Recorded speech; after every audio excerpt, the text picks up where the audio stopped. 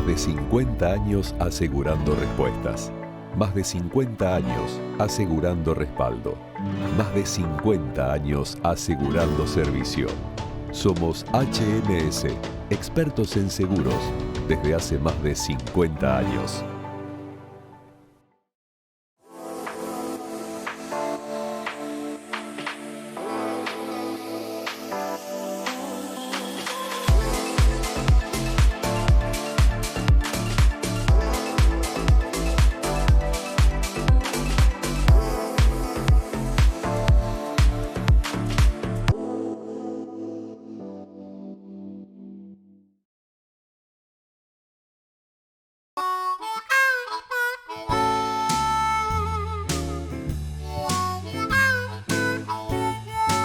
Muy buenas noches y bienvenidos a otro programa de Triple Impacto.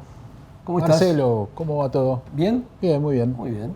Hoy vamos a hablar de algo que controversial, A ver, logística. bien. Si uno habla de triple impacto y habla de logística, lo primero que piensa es Emisiones. emisiones. Ujú. Vamos a ver qué está pasando en ese mercado. Dale.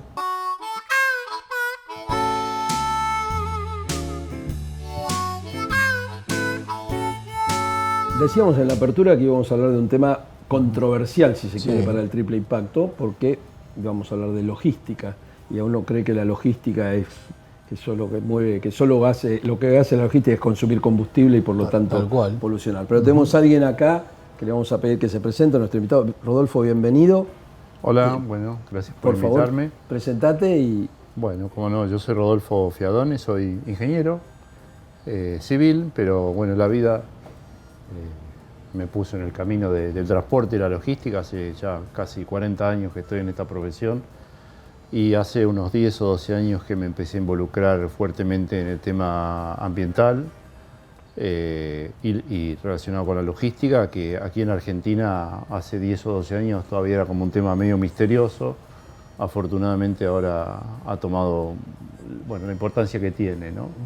Un poco impulsado por lo que pasa en el mundo y en el país. Así que bueno, vengo acá como a contarles, a ver de qué, Claro. de qué podemos hablar del tema de la logística y Justamente, la sustentabilidad. Claro, da como que son opuestos, ¿no es cierto? Uno diría, la logística, uno se imagina camiones andando, echando humo, Sí. trenes también y demás. Y Sí, barcos, y aviones todo lo que... y depósitos y cosas, ¿no? Pero es tan controversial como la actividad humana y la logística, o sea, toda la actividad y la sustentabilidad, es decir, toda la actividad humana afecta de alguna manera al ambiente. Claro. Y sí, en particular uno tiene a la vista en la logística, como vos decís, ¿no? Los vehículos que están pasando por al lado de uno. Y en efecto, todo lo que tiene que ver con el movimiento de cargas, se estima que en el mundo produce alrededor del 18% de las emisiones de gases de efecto invernadero. No es el sector más importante en cuanto a emisiones, es más importante la producción de energía, la industria, inclusive la industria agroforestal, agrícola y agroforestal, como grandes emisores, ¿no? El gran desafío que tiene el tema del transporte y la logística pasa porque es muy difícil mover los vehículos con otra energía que no sea una energía sucia. Digamos, la industria va modificando su forma de trabajo. El agro también es difícil. En el transporte es muy difícil, si bien aparecen ya hace varios años motorizaciones basadas en electricidad o en otras energías limpias, pero el gran volumen de cargas se sigue moviendo con energías sucias y va a seguir pasando durante bastante tiempo esto. Entonces el desafío es cómo lograr que ese movimiento de cargas con energías sucias consuma lo menos posible y vaya cambiando o mutando hacia otras energías, ¿no? Ese es el desafío que hay por delante. ¿Y qué se está haciendo? Bueno, a ver, hay varias estrategias. A nivel mundial hoy ya existen vehículos eléctricos, ustedes lo deben saber. Sin embargo, las energías eléctricas deben estar basadas en fuentes de producción de energía eléctrica limpias. Claro. En la mayor parte del mundo, las energías eléctricas que se producen en China, que se producen en Estados Unidos, se producen en varios países de Europa, por ejemplo en Alemania, se basan en energía eléctrica producida en base a carbón, que es digamos, el más sucio de todos los combustibles. Entonces, bueno, la energía eléctrica lo que te permite un vehículo eléctrico es no contaminar en el espacio en el que está circulando, con lo cual evitas los contaminantes que hacen mal a la salud, lo que se llaman los contaminantes criterio, pero no las emisiones. Las emisiones de gases de efecto invernadero afectan al planeta de manera global, no importa dónde se emitan. Claro. Con lo cual, el vehículo eléctrico, a lo mejor en una ciudad, te produce un ambiente limpio, pero si en otro lugar estás produciendo una energía sucia, no resolviste el problema de los gases de efecto invernadero, que son los que producen el calentamiento global, ¿no es cierto? Pero bueno, hay que combinar las dos cosas, energía eléctrica, vehículos eléctricos con producción de energía limpia. Después tenés lo que se llama las energías basadas en hidrógeno. El hidrógeno como combustible para producir electricidad es limpio. Esa es una producción limpia. La producción de, digamos, el hidrógeno cuando produce electricidad se combina con oxígeno, se convierte en vapor de agua. Pero el problema, y acá es donde aparecen los problemas de la sustentabilidad permanente, fabricar hidrógeno necesita mucha energía. Claro. Y si no producís el hidrógeno con una energía limpia, estamos en el mismo problema. Claro. Y lo mismo te pasa con los biocombustibles. O sea, los biocombustibles, técnicamente, según cómo hacen los cálculos, Naciones Unidas emiten cero. Esto no es cierto, pero el combustible biológico cuando se quema, se dice que quema el carbono que capturó mientras el vegetal estaba vivo, entonces compensa. Bueno, ahí hay una ecuación media rara. Pero lo que es cierto es que para producir el biocombustible también necesitas inyectar energía, y a veces más que la que se usa para producir un combustible fósil. Entonces, bueno, yo creo que no hay ninguna solución definitiva. Hay que buscar soluciones que vayan mejorando la situación, ¿no es cierto? Eso del lado técnico, nuevos motores que consuman cada vez menos. En general se considera que los motores a combustión hoy están en un límite técnico donde ya es muy difícil que se pueda producir menos gases que los que producen. Pero después tenés otros aspectos para tocar que tienen que ver con la eficiencia, es decir, el uso racional del transporte, ¿no? Combinaciones entre distintos transportistas, circuitos o rutas que estén mejor programadas. Uno ve, perdón que te interrumpa, sí. Uno ve, por ejemplo, esos tremendos buques portacontenedores que imagino que fueron creciendo en volumen en el tiempo. Imagino que esto responde a justamente a eficientizar eso, ¿no? Al uso eficiente. ¿O tiene otra razón? Sí, a ver, la económica, ¿no?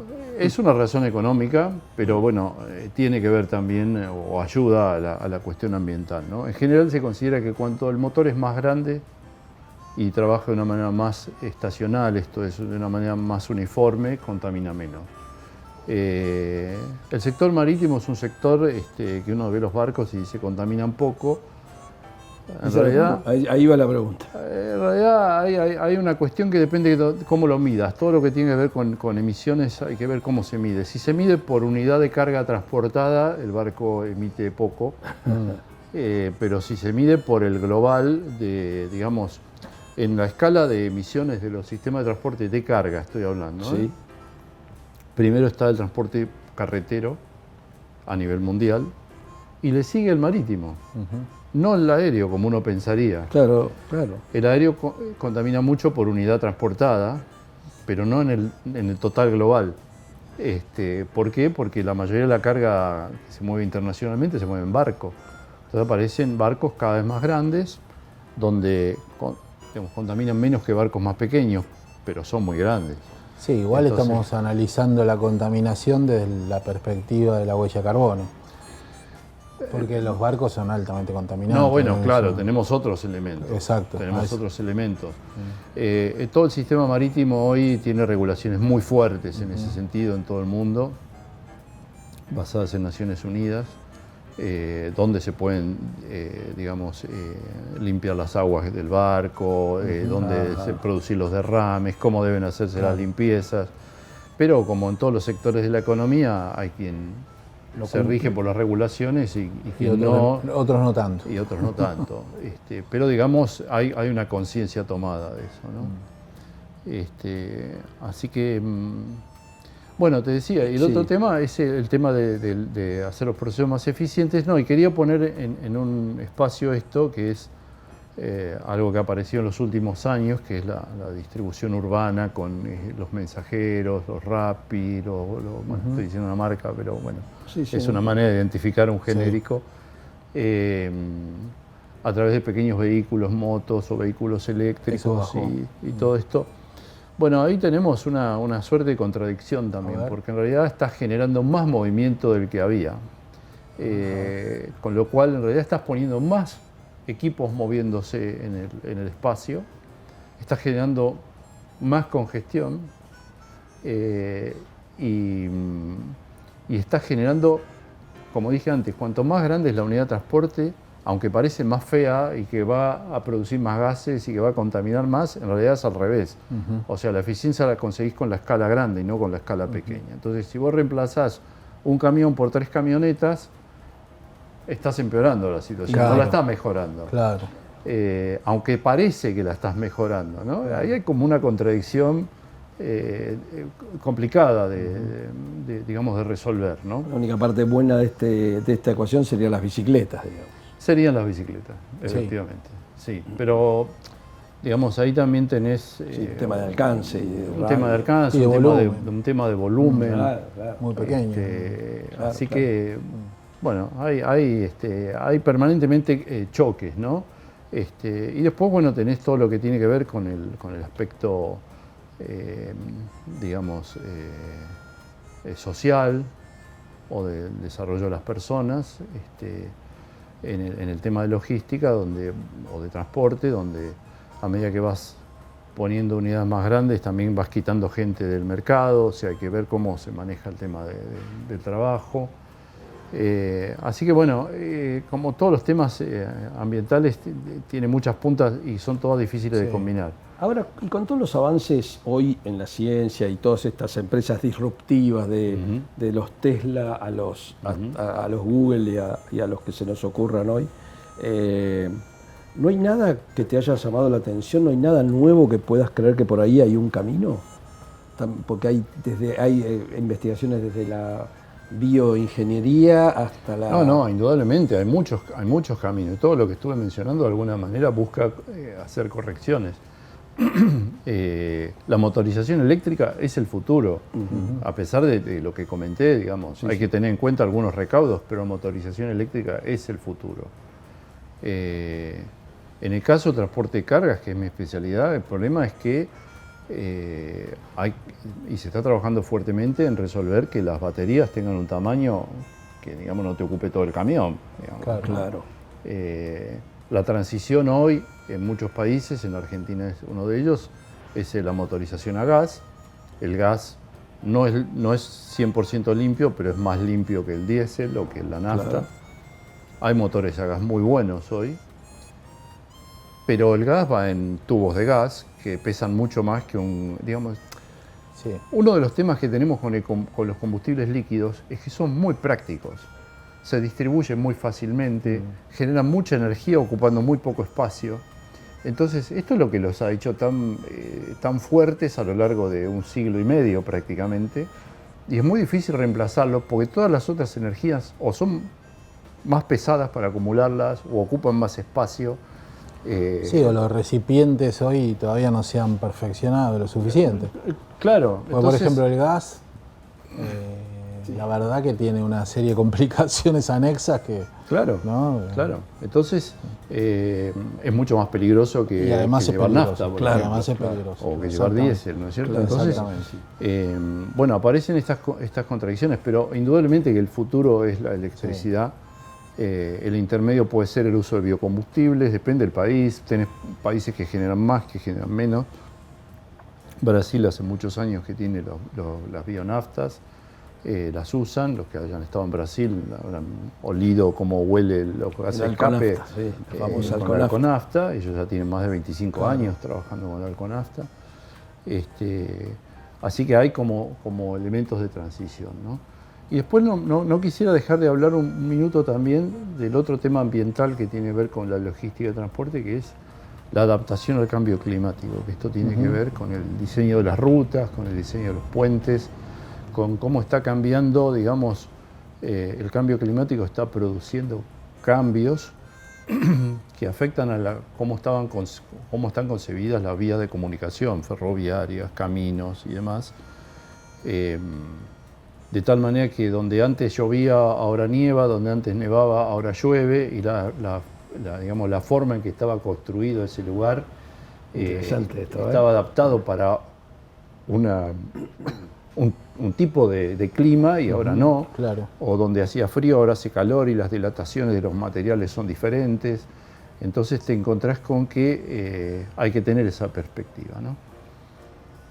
Y si me preguntás desde el punto de vista económico puro, y de la situación de Argentina,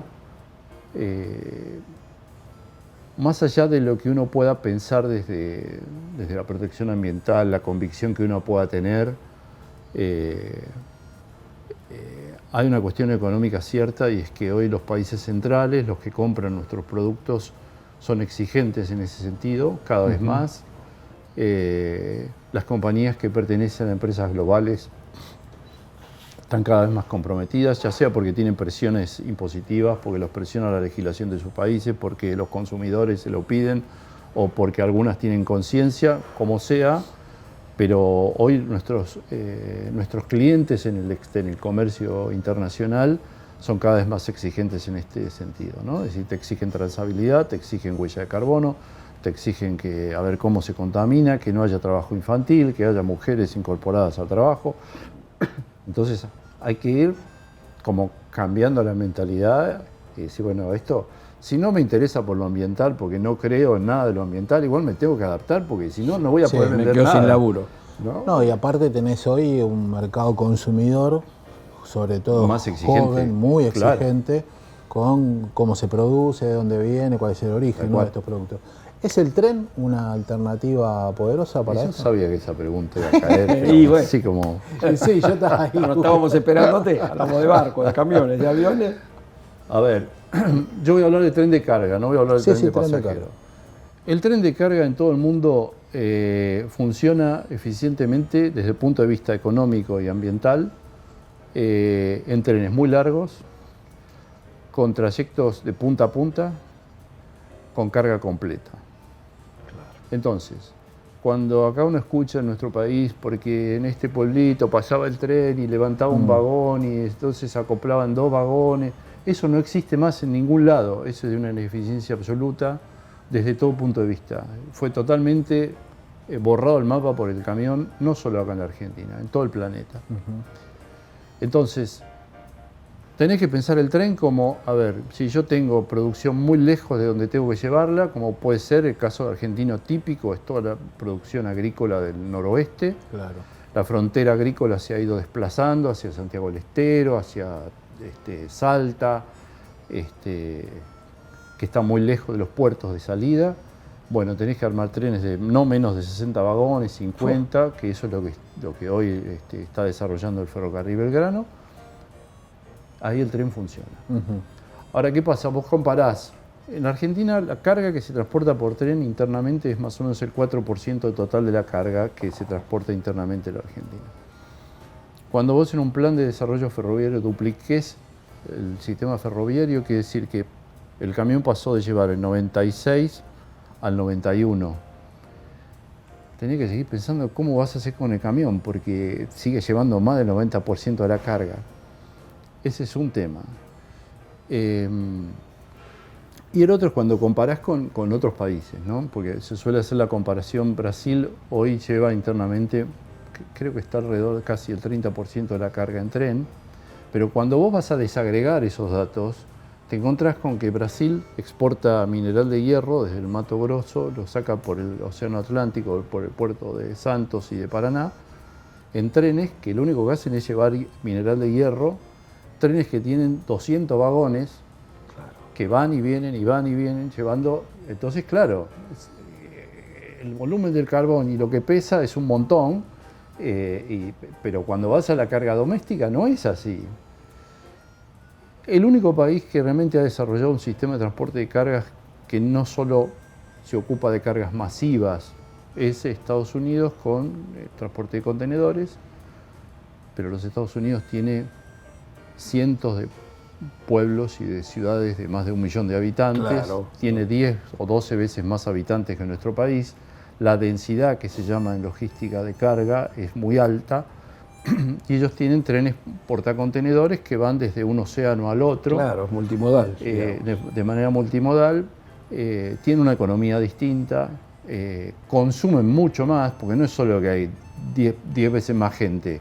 Cada uno de los habitantes de Estados Unidos debe consumir el triple que los habitantes de los países normales, o digamos que no son ellos. Entonces tenés una cantidad de carga que lo justifica. Así que si vos me decís el tren, es buenísimo en esas circunstancias. Perfecto. Me quedó claro. Yo quería, nos quedan un par de minutos Sí. y yo quería salir un poquito del tema de la logística, porque cuando nuestros televidentes vean este programa van a identificar tu apellido con una invitada que tuvimos hace unos programas, y la verdad que me pareció muy, muy interesante, sobre todo nosotros que hablamos del tema padres e hijos, y felicitarte por la hija que tenés, que estuvo acá con nosotros con el proyecto Pies Redondos hace unos programas. Gracias. Y la verdad que en este caso no se dio lo que decíamos con Carola, que a veces el adulto era más... acá tenemos una familia que está alineada con la sustentabilidad, padre e hija, ¿no? Sí. Y realmente fue muy, muy lindo y muy nutritivo para nosotros entrevistarla a Carola, así que gracias a vos por tu tiempo y felicitaciones por tu hija. Gracias. Se emocionó, ¿eh? ¿Viste? Cuando se habla de los cuando hijos. hablan de los hijos. Y bueno, pero viste que los ingenieros tienen fama de duros.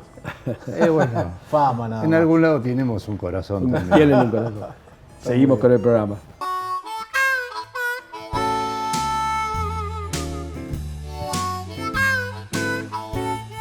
¿Cuántas enseñanzas nos dejó el programa de hoy, eh? Sí, la verdad que hablar con Rodolfo Fiadón, este especialista en logística que trajimos, también aprendimos un montón.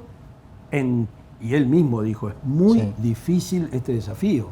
También es cierto que me sorprendió con el dato de que es la tercera actividad más contaminante y no la primera como uno hubiera pensado. Pero, como decimos siempre, seguimos aprendiendo. Tal cual. Espero que les haya servido a todos y nos vemos la semana que viene. Claro que sí, en Más Triple Impacto.